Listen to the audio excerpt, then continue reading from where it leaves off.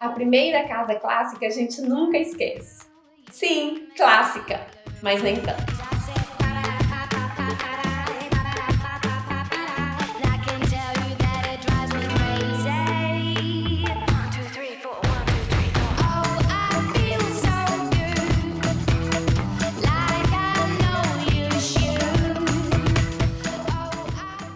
O processo de construção do conceito dessa casa foi muito interessante. Primeiro porque os clientes, o Marcão e a Andréia, são pessoas muito interessantes.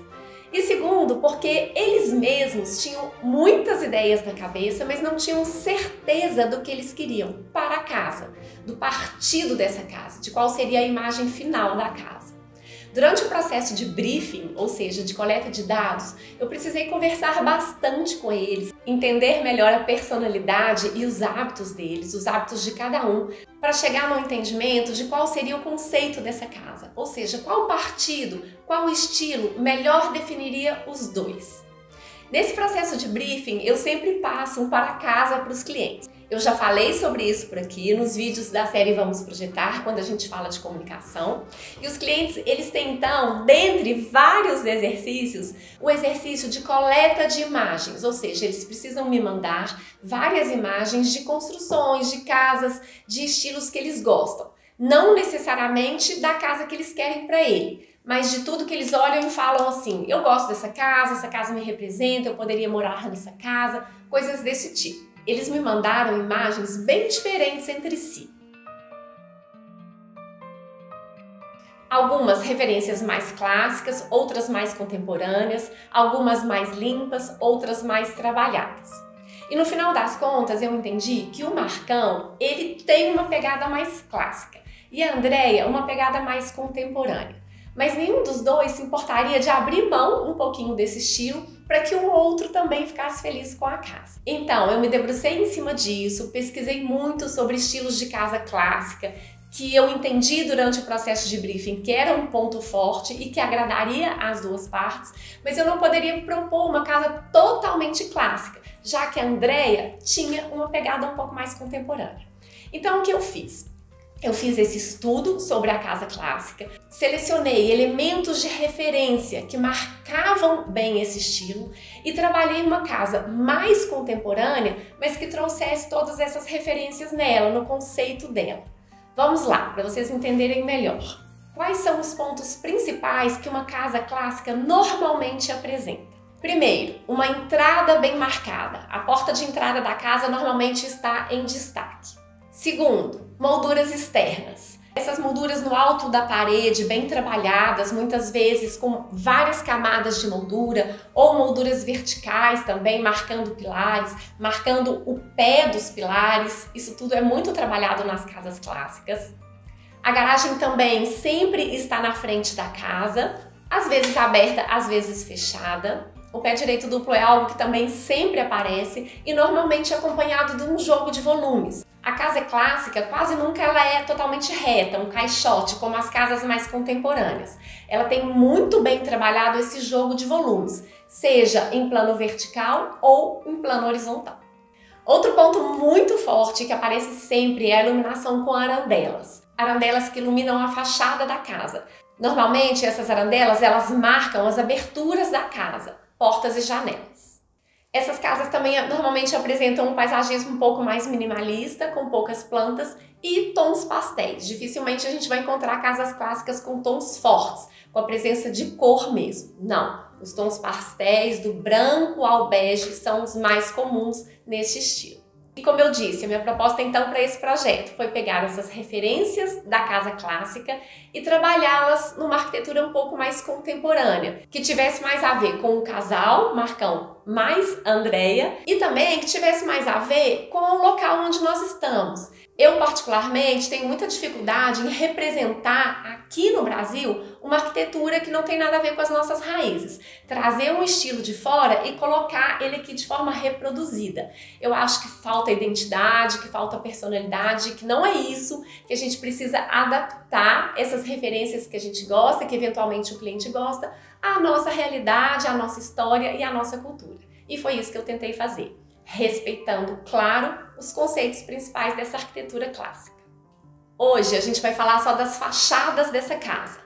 Na semana que vem eu vou apresentar a planta, mostrar o layout, toda a setorização, toda a particularidade desse projeto, porque o Marcão e a Andréia são pessoas com hábitos muito interessantes, eles tinham algumas demandas muito interessantes de projeto que nunca tinham aparecido aqui no escritório. Eu, inclusive, brinquei com eles que eu comecei a me sentir uma pessoa muito comum depois desse projeto, muito normalzinha. Eu acho que eu tô precisando sofisticar mais alguns hábitos pessoais. Mas bom, isso fica para semana que vem. Agora eu vou virar a câmera para a tela para explicar para vocês nas imagens como que eu tratei cada um desses elementos que eu acabei de citar. Começando então pela fachada frontal da casa, a gente percebe uma entrada bem marcada, com uma porta bastante alta. Essa entrada ela tem um pé direito duplo internamente, então nós temos quase 6 metros de altura aqui. A porta tem quase 5 metros de altura como um todo, mas a folha da porta mesmo tem aproximadamente 3,5 metros. Em volta a gente tem um pouco de vidro que dá alguma transparência para a parte de dentro, minimizando um pouco essa massa. Essa porta também está marcada pelas arandelas de cada lado, que a gente comentou que é um elemento forte do estilo.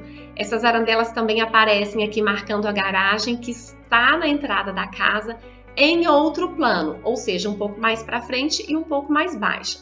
Então a gente já começa a perceber aqui esse jogo de volumes que a gente também comentou.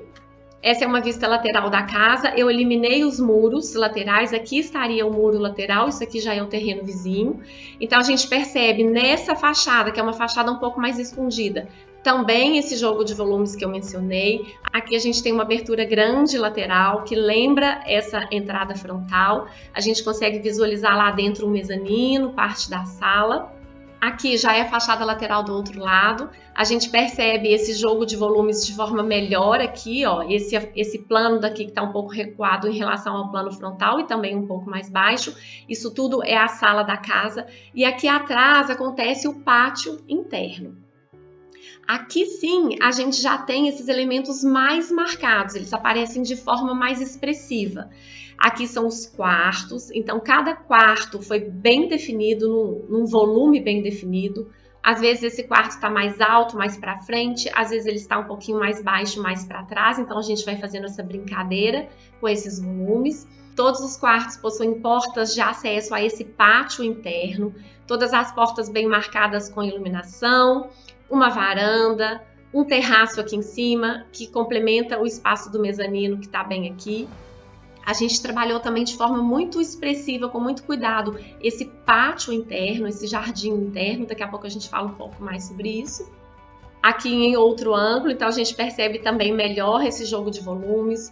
O tom pastel que eu mencionei também, a casa é de um tom como se fosse um café com leite, bem clarinho. Esquadrias pretas que dão um toque um pouco mais moderno, um pouco mais contemporâneo para a casa. Eu gosto muito desse contraste do tom pastel com a esquadria preta bem marcada, mas todos os elementos de modo geral muito sutis. Então nós trabalhamos, olha só, essas molduras externas que eu falei, elas aparecem no topo das paredes, mas de forma mais discreta. Os pilares, todas as quinas da casa, que seriam os pilares da estrutura, também foram marcados. Existe uma saliência que marca esse pilar e existe também uma moldurinha aqui, ó, que marcaria a viga. Essa moldura ela é mais fina do que a do pilar e o pilar ele não encosta na moldura lá de cima. Vou dar um zoom aqui para vocês verem melhor. Olha só que bonito que é isso. Então a gente tem essa moldura de topo, fazendo como se fosse uma pingadeira. A gente tem essa marcação vertical em todas as quinas, mas ela não encosta na de cima. E a gente ainda tem essa marcação horizontal, lembrando o que seria a viga. Vou passar mais algumas imagens para vocês entenderem a arquitetura como um todo, dar um zoom. Essa parte de trás é a suíte do casal, esse volume, essa varanda e isso aqui. Todo esse espaço aqui atrás desses panos de vidro que a gente fechou aqui na imagem com uma persiana é o banheiro. Então o banheiro do casal se abre todo para esse fundo do terreno. No próximo vídeo eu vou contar mais sobre isso. Muito interessante. Vou explicar por que nós fizemos dessa forma, como que foi tratada a privacidade dessa edificação também. Toda essa parte da edificação, todos os quartos recebem o sol da manhã. Aqui estaria o muro de divisa da casa que eu eliminei, mas do lado de cá eles não vão ter vizinho. A construção ela já está pronta e é uma construção mais baixa. do lado de lá, nessa fachada aqui, o terreno está vazio. Então a gente não sabe o que vai acontecer. Se esse vizinho aqui ele vai ser mais alto, se vai ser uma casa de 1 ou 2 andares. Por isso também nós optamos por abrir a casa toda para este lado, para dar costas para o vizinho, já que esse vizinho de cá já está conformado, já está consolidado e a gente já sabe que não tirou a privacidade da casa. Então ela abre para esse pátio interno. Esse pátio interno ele recebeu um grande espelho d'água, tudo isso aqui é um espelho d'água. Os caminhos, o deck externo está circundado por esse espelho d'água e os caminhos que levam ao terreno lá no fundo, ao pátio externo do fundo, também passam pelo espelho d'água. Mas a gente tem aqui na lateral um caminho direto que vai pelo jardim, também não obrigatoriamente a pessoa tem que passar por aqui. Mas tá vendo o paisagismo minimalista que a gente falou? Isso aqui ainda não está definido, isso tudo a gente vai contar com a ajuda de um especialista lá na frente, mas é uma sugestão inicial de projeto feito com base nos nossos estudos. O cliente desejava muito ter um Buda também na casa, nesse jardim, então nós criamos um ponto de destaque no final desse espelho d'água, de frente, né, olhando de frente para todo esse pátio, lá no fundo está o Buda. Outro ângulo de visão do pátio. E agora eu vou colocar um vídeo na tela para vocês fazerem um tour por essa casa e entenderem melhor tudo isso, o conjunto da volumetria.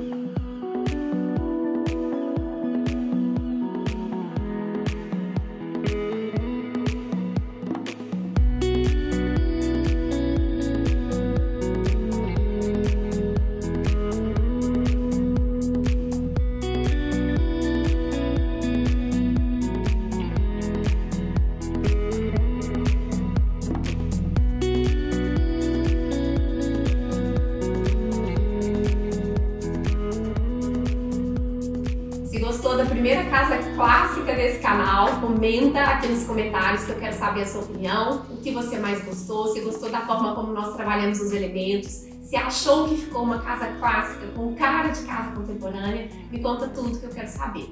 Se gostou desse vídeo e se está curioso pelo vídeo da semana que vem, ativa o sininho para você receber a notificação da postagem, dá um like aqui embaixo e se liga por aqui.